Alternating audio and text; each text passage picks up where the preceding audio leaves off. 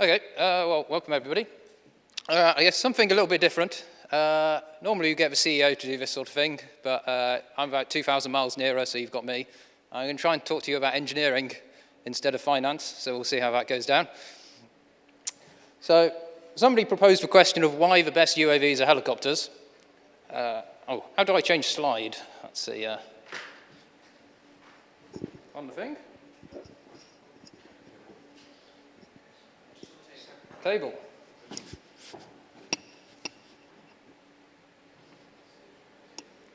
That table.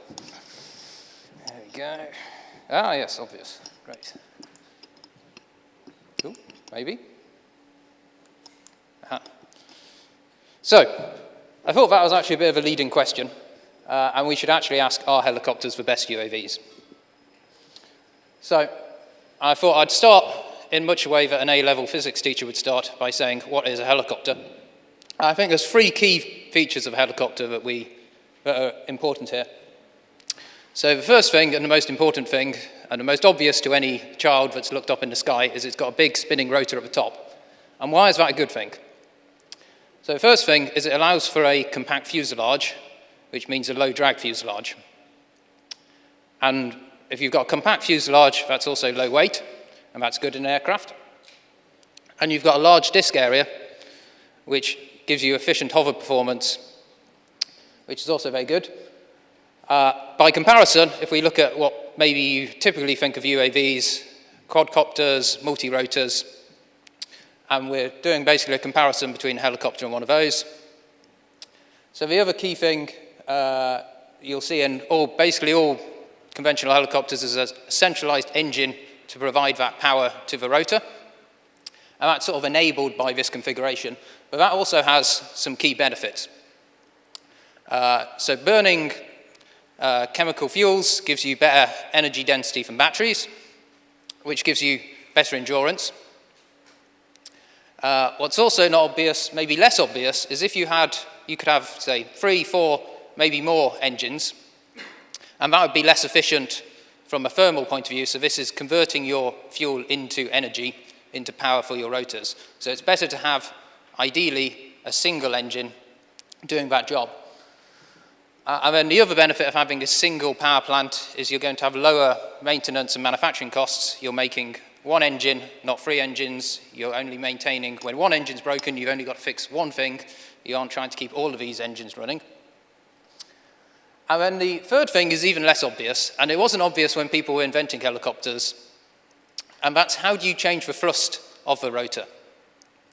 And probably the obvious way to knew that was going to happen.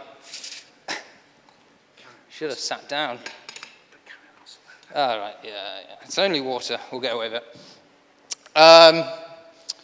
So if you want to change the thrust of your rotor, you could do the obvious thing, which is what the quadcopters do, and change the speed of it to change the thrust. But the problem is that doesn't give you very fast control response when you've got a big aircraft. So how helicopters do it is they change the pitch of the rotor. So you twist the blades, and that changes the thrust.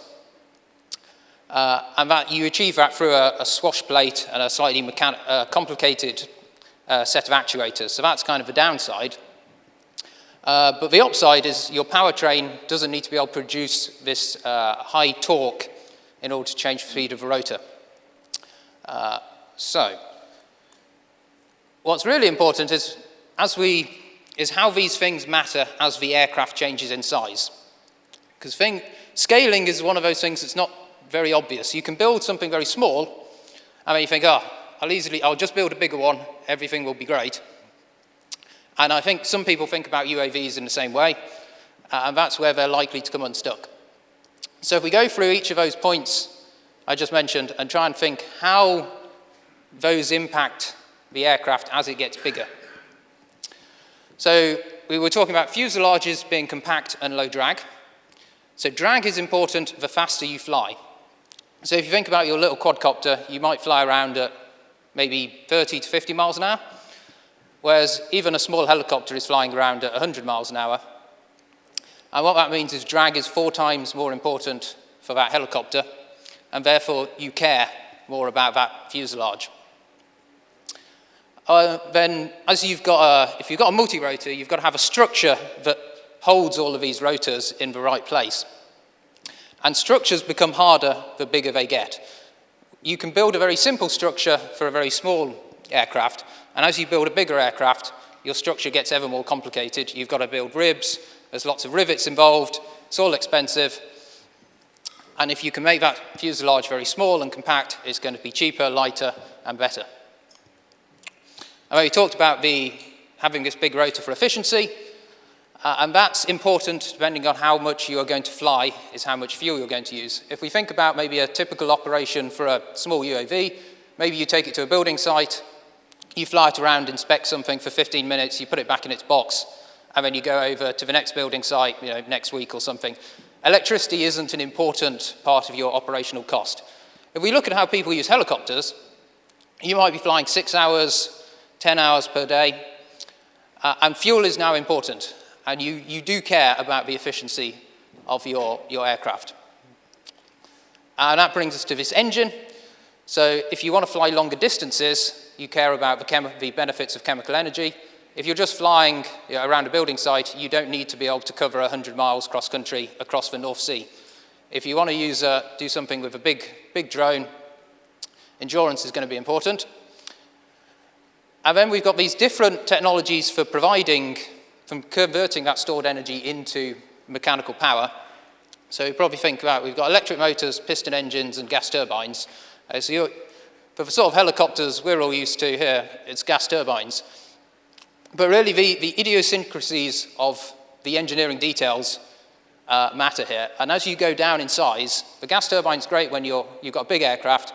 Sort of medium-sized aircraft around the size of your car, the piston engine is really hard to beat.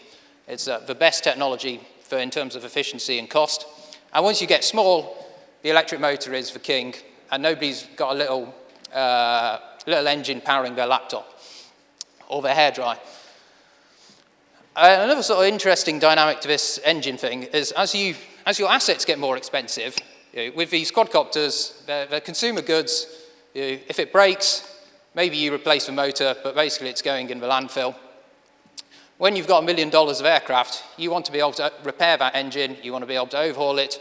It's worth designing for maintenance. And that's easier with this centralized engine concept. And then the third thing, and we're getting more into physics, as your rotor size increases, the inertia increases faster from your ability to change the speed. So that's why it works fine down at these small sizes, but as you get up to a sort of person-carrying sized helicopter, that now is becoming unviable.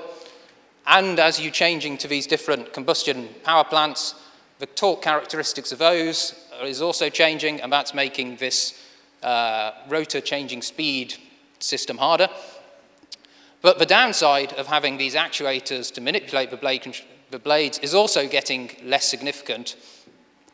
So what seemed like a costly and inefficient way of doing it at a small scale is now looking like a very sensible way to do it for a large UAV. So why are today's helicopters not particularly good UAVs? And the first difficulty we came up against is you need to be able to connect a computer to manipulate the flight controls. And that means you need what's called a fly-by-wire system. And these are present on helicopters, but they're only present on the largest helicopters, which is not the sort of thing that a little startup gets to play around with, or really is the place to start with this unmanned aircraft. And the reason you don't see this sort of technology on small aircraft is because the control forces are now small enough that the pilot's muscles are a much more cost-effective, safer way of manipulating flight controls. So basically, if you want to make a helicopter into a UAV, you have to build a helicopter fly-by-wire system for the size of helicopter you want to use.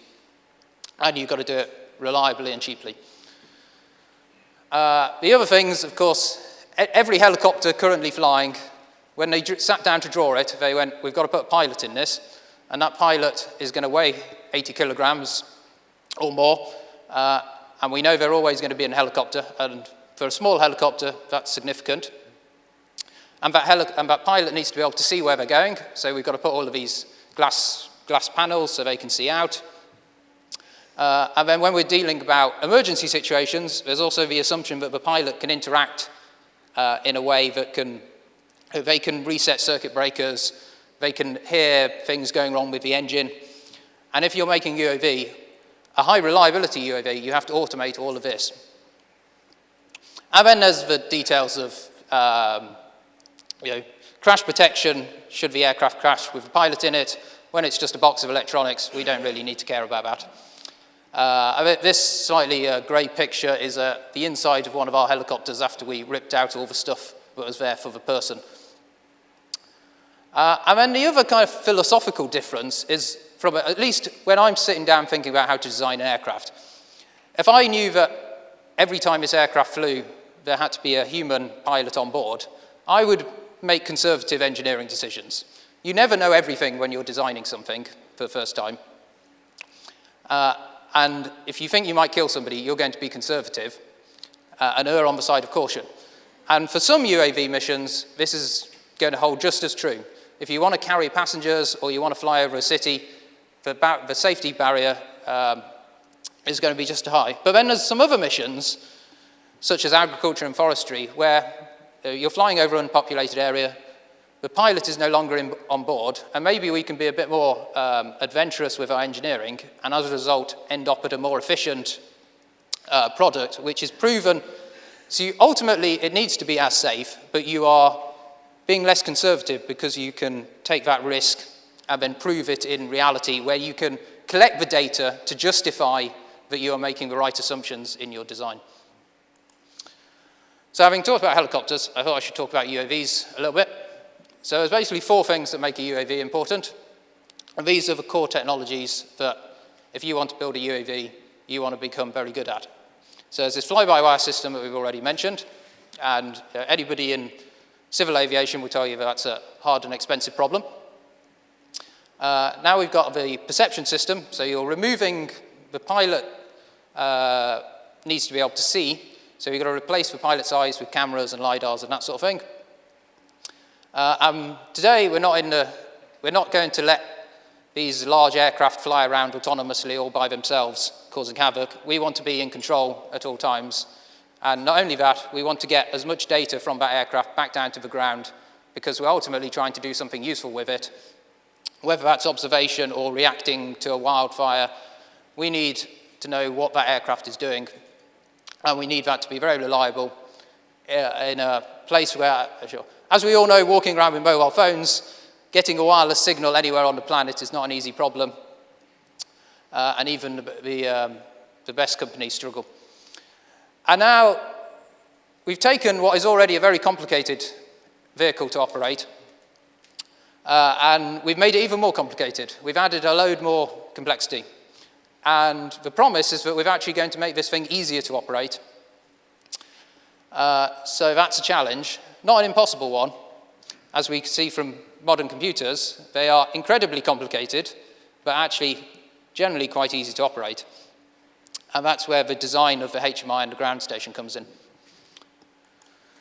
So basically that's what we've done at Rotor. So we're in partnership with Robinson Helicopters, converting their, well, starting with VR, we actually started with VR22, but we're now mostly working on VR44, applying our technology to turn these into what we think will be the best UAVs, because we think big UAVs are where the great impact will be in the future. So I think we could do some questions if anybody has any. David Walker, Rotor.Ai, thank you so much for that. That was smashing. Now, have we got any questions from the floor? And while we're thinking of them, what do you think the most exciting technical advances of the next 5 years will be? Yes, I guess 5 years is not a long time in aviation. 10? Happier with 10? Yeah, I think so. AI, which is obviously the hot topic at the moment, really I don't think applies to this sort of aircraft. Maybe we see it on the quadcopters, the small stuff, but this is much more traditional automation. So I think these large UAVs is what's coming, and beyond visual line of sight.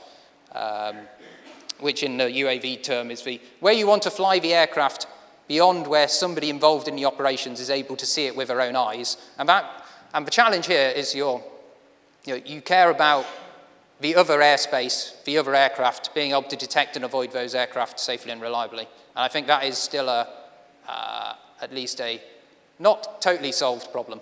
But I think in the next 5 years it will be. Okay, last questions from the floor. Anyone got a pressing question they'd like to ask?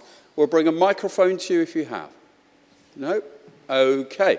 So, David Walker, Rotor.Ai, thank you so much for that technical break after the world of finance. Thank you. Yep.